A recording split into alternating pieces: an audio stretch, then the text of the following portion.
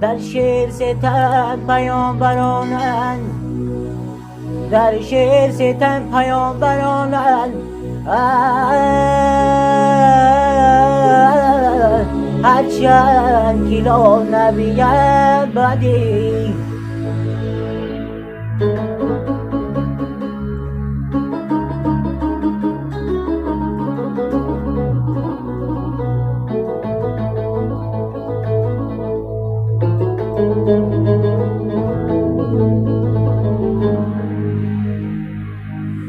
اوصا و قصیده و غزل را،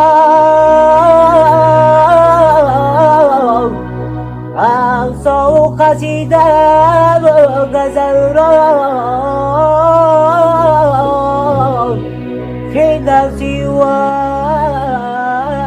انوری و سعدی.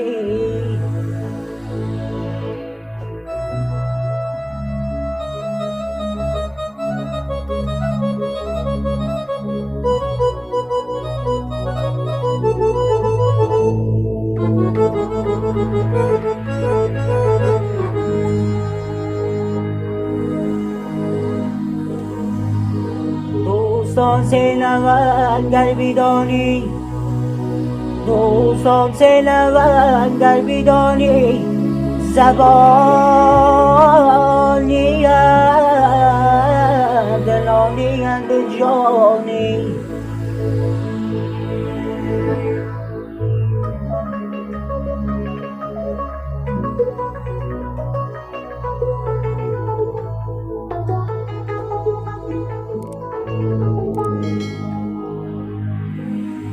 بنانی نابیده از در بیرانش، بنانی نابیده از در بیرانش،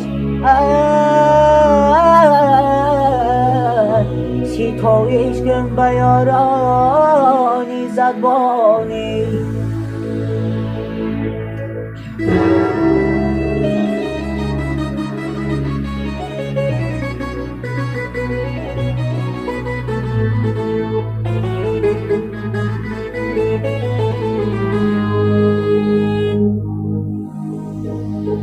به امریک دو برگ نفتزی درخت، به امریک دو برگ نفتزی درخت، یک گره برشود نه برماند نه درخت.